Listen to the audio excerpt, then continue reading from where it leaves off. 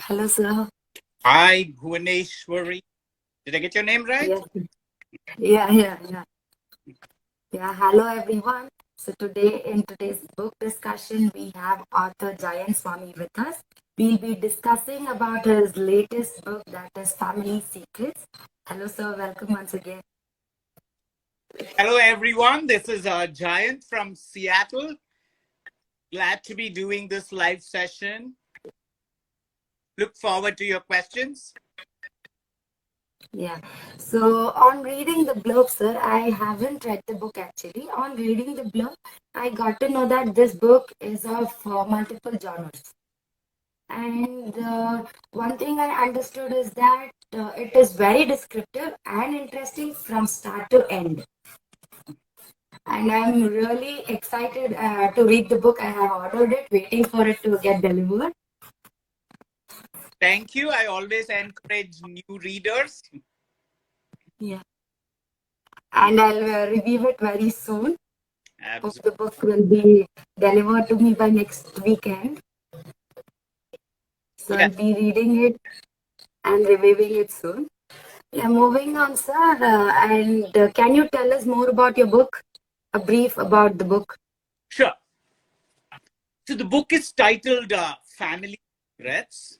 Here it is. Okay. And as you rightly pointed out, it does cross genres. And on one hand, it's a corporate thriller. That's how we've oriented it. But on the other hand, it's also a family drama, and that cuts across 3 generations. So there's also considerable emotional involvement for the readers. So, and at the heart of it, it's really a story of half brothers, where the wrong brother inherits the family fortune, and then the other brother wants to take more than revenge, he wants justice. And so this kind of sets off a series of events where and these face-off events are kind of huge, because one of the brothers becomes a con man. He actually trains himself to be a con man, and he does trespass with the law. And the other brother is actually one of Bangalore's, incidentally, that's where I am from. He's one of Bangalore's biggest business tycoons, totally fictional. He uses what I would call boardroom level moves to pay back his half brother, and that's how the story progresses. And of course, woven into this, one of the brothers, his beautiful relationship with his wife, and then the other, he's got a very respectful relationship with his royal mother, and then also his newfound or long lost son crops up one day, and he has to deal with that dilemma as well. So these are the characters that kind of in the emotion. Okay, that was pretty short. And moving on, can I know the reason behind interesting title? Good one. I'm trying to rack my. Well, it's definitely rooted in some family folklore that I did here. So I kind of wanted to use the name. So it started off as a tentative plot. So I just called it Family Secrets and started writing it. But then from the early readers, the feedback I thought it was a very catchy title. So we picked it as a corporate thriller. We retained the title as Family Secrets. And to this day, believe me, the title does get attention. Yeah, true. Like if we are to pick up a new read, we just look into the cover or the title before reading the blurb. If that is interesting, we get into the blurb. So I guess this book attracts readers. Yes. The cover as well as title. And while we're on the cover, this beautiful cover has been designed by my literary agents, the book Baker and Suhail Mathur especially. Let me take this opportunity to say a big thank you to him, as also to Vishwakama Publications and CEO Vishal Soni. Like I say, the book, it's it's like it takes a village to raise a child. The same is true of Yeah. the book. Without all this Mhm. stalwarts from the industry, this book would not have gotten the rave review and the wonderful readership it has got today. So let me use this moment, give away my gift to everybody who made it happen. Yeah, yeah, nice. And without any further delay, can we just move on to a book reading session? Like you're supposed to read a page from your book? That's the favorite part, believe me. Yeah. So let me kind of just read it and then I'll give a little context. Yeah, yeah, I just picked a passage where a little bit of intrigue is happening. yeah. And this is actually Siddhartha Abhimanyu. Those are the names of the two half brothers. And the passage I'm reading today is from the point of view of Abhimanyu. And he's the big business tycoon I talked about, Bangalore's big business tycoon. And the story itself is set in the 85-86 time frame. So it isn't okay. So without further ado, let me start. While no money can be withdrawn from a bank without the account holder's signature, anyone can make deposits into any bank account. There are no restrictions whatsoever. Abhimanyu raised one end of his unibrow. Right or wrong? Abhimanyu and his protege Varun were seated in the penthouse office of Aradhana Conglomerate. Like Varun worked on Saturdays, sometimes Sundays too. Right, Varun said. I figured that out when I was 11 years old. I used to run errands for my parents. Initially, I was intrigued that anyone could make a bank deposit. Then I realized it required real money. The chances of anyone committing fraud were slim. It would not benefit them anyway. Once I asked, Varun talked too much. Like all smart people knew very well they were smart. Abhimanyu raised his hand, cut him off. I know you know this. I will still say it. What I'm going to tell you is super confidential. Our reputation is at stake. Though we are not doing anything illegal, it is in our own interest that no one else comes to know of. He apprised Varun of what he wanted to be accomplished. Varun almost let out a low whistle. 5 lakh rupees is a lot of money to be depositing into someone else's account. The power of money will get me back my mother's tiara. Abhimanyu handed Varun a piece of paper on which he had penciled a bank account number and the name of the account. V. Siddhartha, the same person who robbed Aradhana Jewelers last year, isn't it? Varun said. Am I allowed to ask a question? As always, I reserve the right to answer it or not. Abhimanyu smiled for the first time the previous night. I have heard that Mr. Siddhartha is your stepbrother. Is that true? Varun. Abhimanyu spun the paperweight on his table and watched it rotate. Where there is trust, there should be truth. Where there is truth, there will be trust. There is no smoke without fire, he said seriously. If I may ask, what is the rationale for this entire exercise you just asked me to do? Family feud? Abhimanyu contemplated letting Varun in on the past evening's events, but he had to protect Varun if things went awry for any reason. As the adage goes, for your own good, ignorance is bliss, he said. Consider the assignment done. Varun pocketed the piece of paper.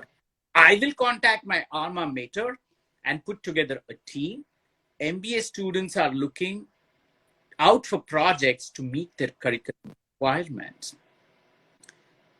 Thank you. So Yeah, that was nice. so that Yeah, like we and got to know what are the main protagonists and all. yeah. Yeah, and can you brief out about these characters? Yes. So Varun is a minor character. We can keep him out. Abhimanyu. So in one of my previous sessions, we had this raging debate. Who is my protagonist? Is it Abhimanyu or Siddharth? Now, Yeah.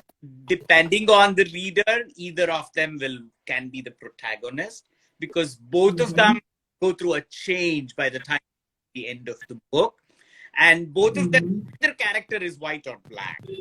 But for me, Abhimanyu is my antagonist because I treat Siddhartha as my personal protagonist. And of course, the thing is, Abhimanyu doesn't do anything that's against the law, like we just saw. It's Okay. just that he's super successful. Yeah. And like most super successful people, the only problem with him is he has this sense of entitlement. So he's kind of authoritarian. He's got the power, and that's how he tends to treat people. And he has no empathy, and that's kind of why I treat him as an antagonist. Is more because he does not have empathy. But then that's the whole thing, right? We see him actually turn or Yeah. make a huge change towards the end.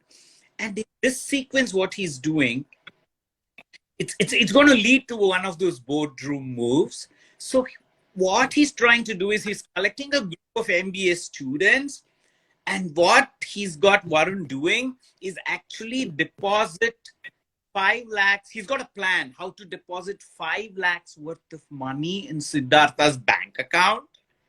And his end game is to get Siddhartha in trouble with the tax authority. Okay.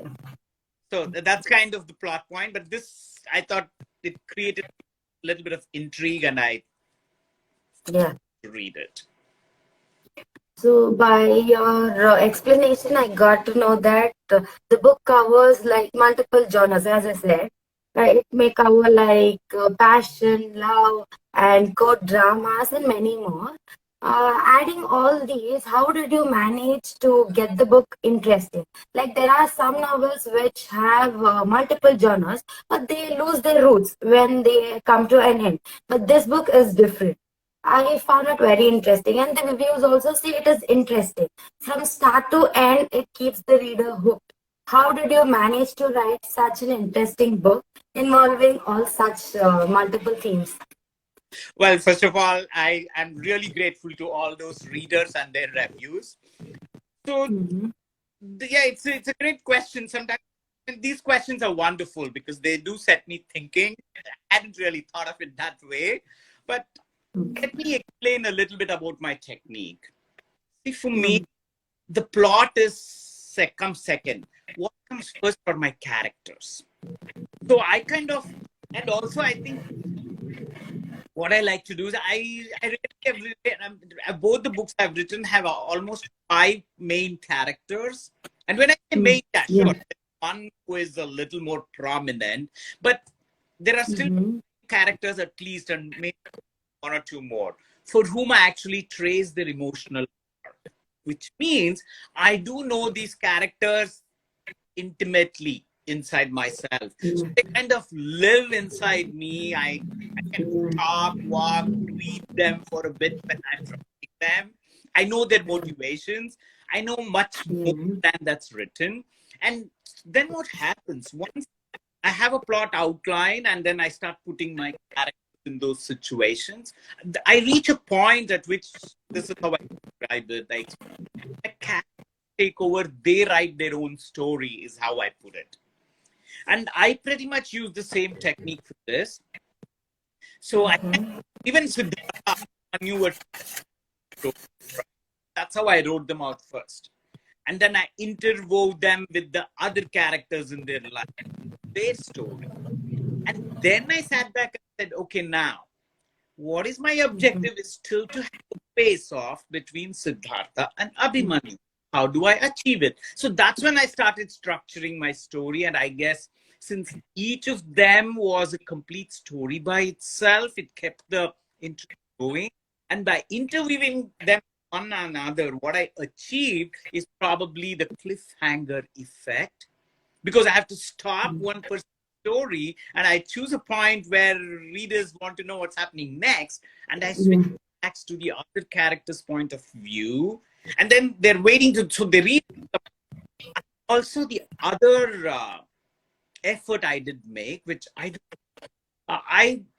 written this novel for purely for entertainment. It's tastefully written, and there's a lot of respect for the reader. But also, I said, since I'm going to adopt the genre of horror, I'm going to keep it fast. So there is a deliberate attempt. In fact, when I was working with Suhail, my agent, he had asked me to trim the book by 20%. It was much thicker. So the trimming, what it did, it made things go boom, boom, boom. And really the rule, I can make it visual, right? Or like a screenplay. If there is no change, if the scene is not moving the story forward, I don't need it. If I have a scene, something interesting, something moving has to happen, right? So I kind of used all these little rules, but beyond that, it's up to the readers to like it or not like it. And honestly, I don't mind if they don't like it too. I don't expect everybody to like what I do. They could disagree, they could hate it, but the very fact that and they would want to tell me why they liked it or they did not, to me is the biggest payoff, from being a writer. It's almost like events like these where I'm able to talk about it, and the other side is the reviews. Those are almost, even the raison d'etre why I would want to write as a writer. That's the way I would put it. I don't write for myself alone, right? It's for me, also for my readers. So, did I answer? And also, and also, before you giving birth to these characters in the book, you have lived it, right?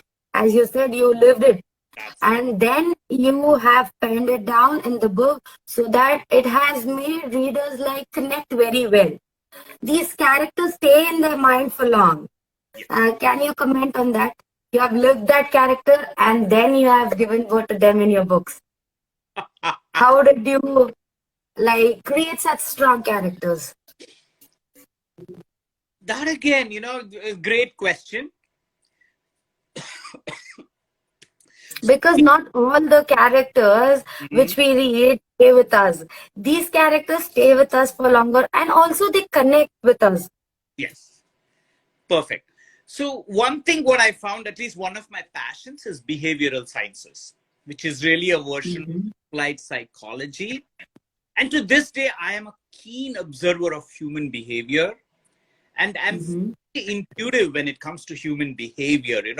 I keep joking when my wife and I go out for dinner, for example. I'll just see somebody sitting at a table, talking something, and then I'll tell my wife, okay, this is like a scene, and I'm going to give you the whole backstory that's happening. She's like, you must be. And I'm like, yeah, sure. I'm not saying I'm right, but a lot of times, even looking at their dynamics, I can tell a lot more than other people. So I guess this interest in human nature and even myself as a person, I've always been on this inner journey of improving myself, exploring my potential, trying to put my best foot forward as a person. So I think it's that passion that makes me give everything I have to the characters. And sometimes I feel that's also why I like writing. I like behavioral writing. And that's why I kind of like writing fiction, because then I am the boss of my characters. Like you said, I give birth to them. I can shape them. I can mold them any way I want. So that's probably, it just happens, some of it, right? I mean, I can only explain so much, but that's probably Yeah, and one of our viewer has asked a question by heartbeats.in.inc. If given a chance to live the life of one of your characters, which one will it be? This one is a good question. Okay, from the book? Yeah. Yeah, from the book, my pick would be Siddhartha. He does trespass with the law. He does trespass with the law, but The reason Mm-hmm. I would go with him is, so he's one of those, the underdog. He's the true underdog. Not much really worked out in life for him. None of it is his fault. And Mm-hmm. but at the end of it, how I've made him, I've not made him bitter or angry. Even when he speaks justice, there's an element of fun. There's a joie de vivre in him. So he kind of, that's how he runs his life. He doesn't let it pull him down. And so for that one Mm-hmm. trait, I would go with Siddhartha. Okay, that was nice. And yeah, I found that there's a lot of research behind this book. And also, some elements of human psychology are included in this book. This book is a very descriptive one. Yeah. Though it's very descriptive, it isn't that boring. We have seen many books like it will be descriptive and also boring at times. But this isn't that. Can you say like how you managed to write it in a very detailed manner and in an engaging way? Well, first of all, thank you for the wonderful comments. And really, the credit goes Okay. to the readers who saw that, Mm-hmm. right? I mean, me writing is one thing, but them seeing, Yeah. telling me back is huge. Mm. Now, having said that, couple of things. I'm very visual. Mm. I think that helps. I actually, like, they live in my head and I actually see these Mm. scenes happening. So that's definitely, I think, is one reason. And I've been given this feedback even by my book, the book group. We had a writers group. And so one Okay. definitely, I'm very visual. That's probably Mhm. why that happens. Okay, and also the book has many things to learn. Like you have given in depth about laws, acts, and some policies. And there will be readers who aren't aware of that. Reading your book, they'll get some awareness regarding that. Also, those of you will get interested in that. They'll also start learning more about that, researching more about that. This is the one most thing I liked about the book. Okay. It will be knowing here and there about the policies and acts, not in depth. From the book, we'll get interested in those things and we'll just go to learn in depth. This helps one to also learn about what is going around as well. And thank you for including all such things in your book. My It pleasure. is really helpful, informative also. And yeah, moving on, can you tell us about how you got into this reading or writing field? Yeah, sure. I will. Just switched off. Yeah, just switched off the heater. We have a snow day here in Seattle today. Okay. Just a bit of fun. So reading, yeah, I think right from a child, I was one of those who loved Mhm. reading books. So I was 8 years Mhm. old and I was a member of 3 libraries, and I started Okay. I started reading Enid Blyton at that age. I'd finished it all by Okay. 10, and then moved on to like Mhm. Holmes and PG Wodehouse by I was 12. So reading is, Mhm. I was not a big sports fan ever. So I think I made up for Okay. my inveterate reader. And I think the writing was always there inside me. So I used to write short stories in the 80s. And then Okay. to magazines of those days, the Illustrated, Weekly, Gentleman, Yeah, yeah. even Femina, maybe. And of course, most of them didn't respond. One of them sent me a reject. I was heartbroken. And after that, in the 90s, I would write letters to the editor. I had a couple of articles published Mm. in magazines. And then also, I did my MBA at the IIM Bangalore. So, Okay. days, and I used to work as a management consultant. And then I also worked as a guest faculty at one of the business schools in Bangalore in the 90s. So, I think all of Mhm. them gave me a lot of opportunity to write. Okay. Teacher, as a and I was also interested in training people on behavioral sciences. So Okay. it means you prepare some material to distribute, to go Mhm. in. Yeah, yeah. Yeah. So I guess I used all my potential and interest, kind of Mm. interwove with my career in management, kept me going. Yeah, yeah. And then when we moved to the US, I happened to read Vikram Seth's So Suitable Boy, which had made it big. That is a good one. in the mid 90s. And after that, I said, you know what? I think I should do something more substantial with my writing. Yeah. And then I started, I once, and that's another thing. Once I decide to do something, I go all out. So I started with book clubs locally in the library. Yeah. I did a certification at the University of Washington here. And what that did is, rid me of my inhibitions, right? So initially it's like, oh, what will they say? What will they think? I wasn't too inhibited, but there are always those few things when you don't know. And when you go to this kind of course where every week we have to write something, we have to critique something, get ours critiqued by somebody else, it took away all these inhibitions. Then I also learned what works, what doesn't. Because there's another thing, right? Because, like I said, I know so much about my characters. There's a lot of it on my head. Now, how much of it on paper? Because my biggest fear is I don't want to write too much for my readers. But I feedback, no, Jayanth, you're not telling us enough. You're assuming we know it, but we don't. So that was good feedback too, right? On one hand, I'm sort of boring writing enough, and then they're telling you need to give us more information. So that was great feedback. That kind of, helped me be bold in terms of, throwing out more information. Okay. With the assumption I'm going to bore them. These are some of the snippets I have. Okay, moving on to our next question. The time gap between your first book and this one is quite more. And how did you keep this book, I mean, the climax, in a very unexpected way? Like when we are halfway through a book, we'll be having some assumption, okay, the climax may be like this. But this book isn't like that. It has something really different. There's a twist there. And also here it is again interesting. How did you manage that?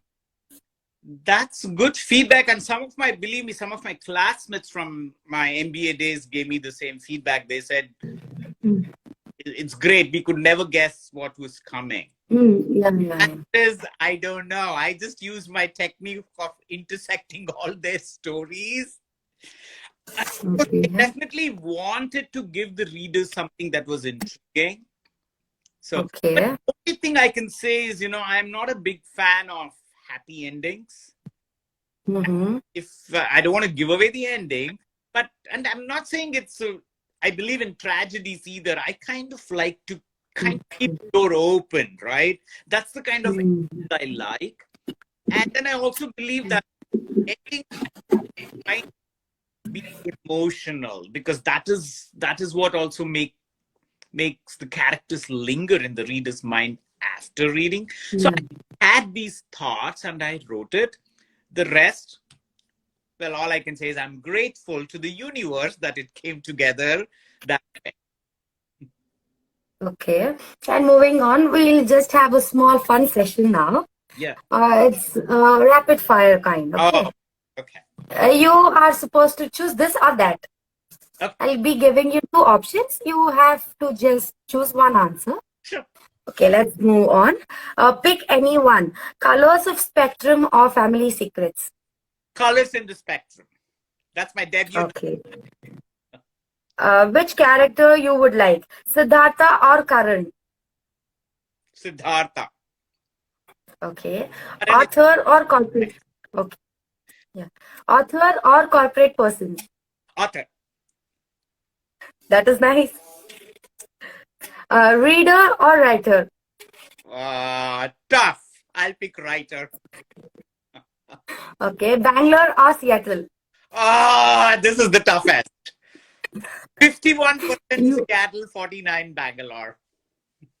Okay, this was a justice one. Because of that. Yeah. That was a trick. Yeah, that was nice. It was quick as well.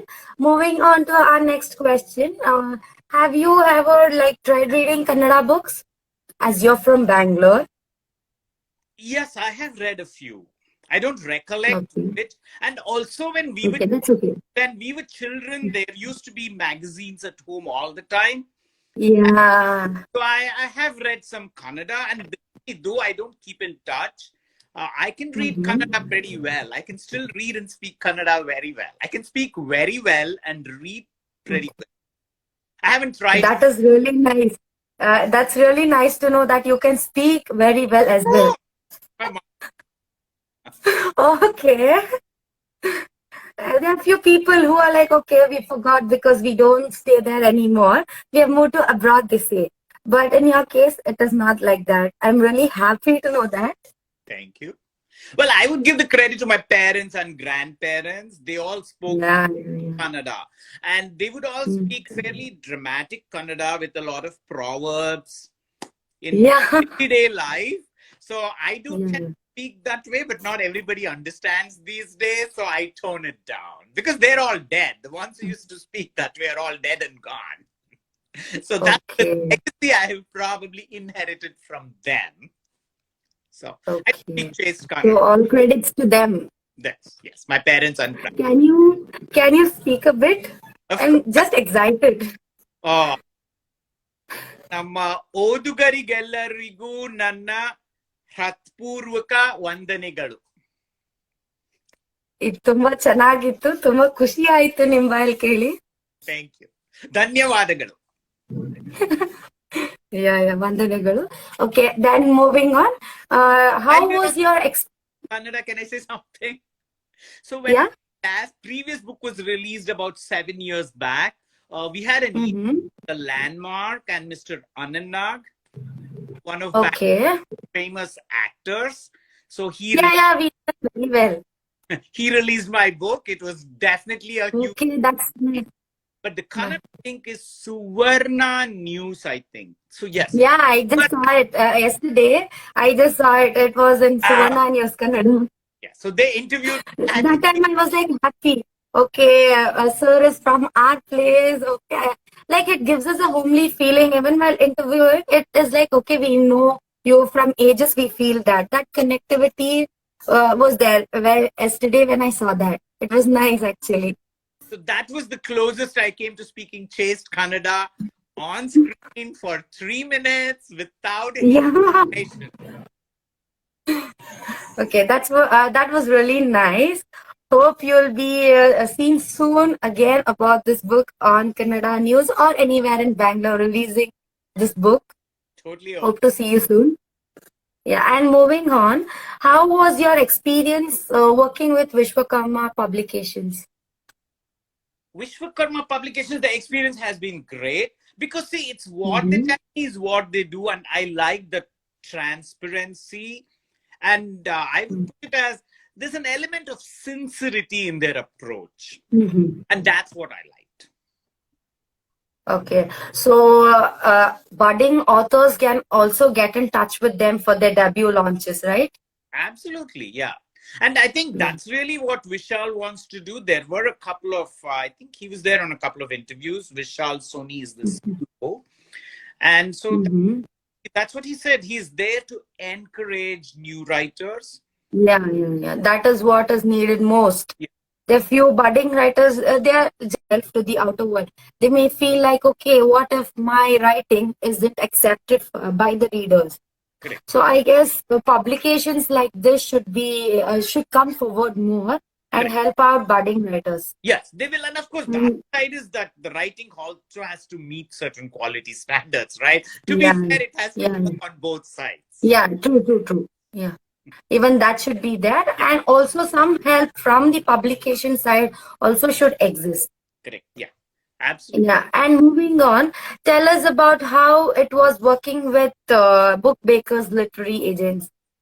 Sure, my favorite subject. Yeah, working with Suhail is a pleasure. So, firsthand, he's my literary agent, but he's also my marketing campaign for me, overseeing it. Okay. Got the book cover design, and so I've got to know him very well. And like I say in all my interviews, what really impresses me about Suhail, one, he is very strategic. Okay. And the second one is he backs his strategy with action. So it's both of them. He's strategic, but he follows up action. He promises something, he makes it happen. And to me, especially being thousands of miles away, not even in the same country, it's a huge blessing to be working with him. Takes the pressure off. That was nice. And if you are to say, is this book recommended for beginner readers?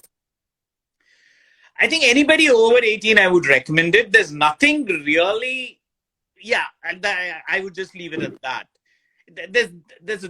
There are few scenes of passion and there's no violence, but still, it's not really written for readers younger than 18. That's where. Okay. But yes, everybody must read it. Above 18 can just pick this book They must. Without any other second thought. They must. Yeah, okay, they must. Yeah, just tell our viewers like where they can buy this book. So this book is on Amazon India. It is also on Amazon.com. Those are the two places where you would get them readily. It's available in the Kindle version. It's also available in the paperback version. So pick whatever vibes with you, but please do buy the book, read it, and write me a review. Believe me, that's what we writers live for. Okay. Personally, I prefer paperbacks itself rather than ebooks. Absolutely. What is like your choice? Yes, I do read both. I kind of split because sometimes Kindle is a little more convenient. So there are some must-have authors. I always go for the paperback. But if I'm just experimenting or reading something that's not in my, and especially non-fiction is not my genre, but I do read considerable non-fiction. So if I'm not sure, then I'm like, okay, let me get the Kindle version because sometimes Kindle is also less expensive. Yeah. And also it's quick. Yes. Delivery is quick. I go with both. So again, readers have their choice. Okay, so by this we come to end of our book discussion. So the readers who are willing to read Family Secrets can buy them right now on Amazon, as the author said. As soon as you read, please do share your reviews with Jayanth sir. He'll be just happy to just read out your reviews. So by this we end it. Thank you, sir. It was pleasure having you. And thank you very much. I enjoyed the session and the book. Even me. And the rapid fire round, especially since I did very well. Yeah, it was very well. If it was like in between, like not the visual, I mean, this kind of thing, if it was the regular meat kind of, we would have a hamper for you as well. It would be really exciting. I do miss those book readings. I used to do in bookstores, but glad that we are at least able to do a lot. I'm doing a lot more of these, so no regrets. Yeah. It's making up. Yeah, that is true. Yeah, it was really nice having you here. Hope we'll be catching up with your next books as well. Yes. Yeah. Thank you, sir. Thank you very much. Yeah. Yeah, so this was about it, guys. So this is about Family Secrets book, and do buy it, share your reviews. Have a great day. Thank you all. Bye. Bye from Seattle. Yeah.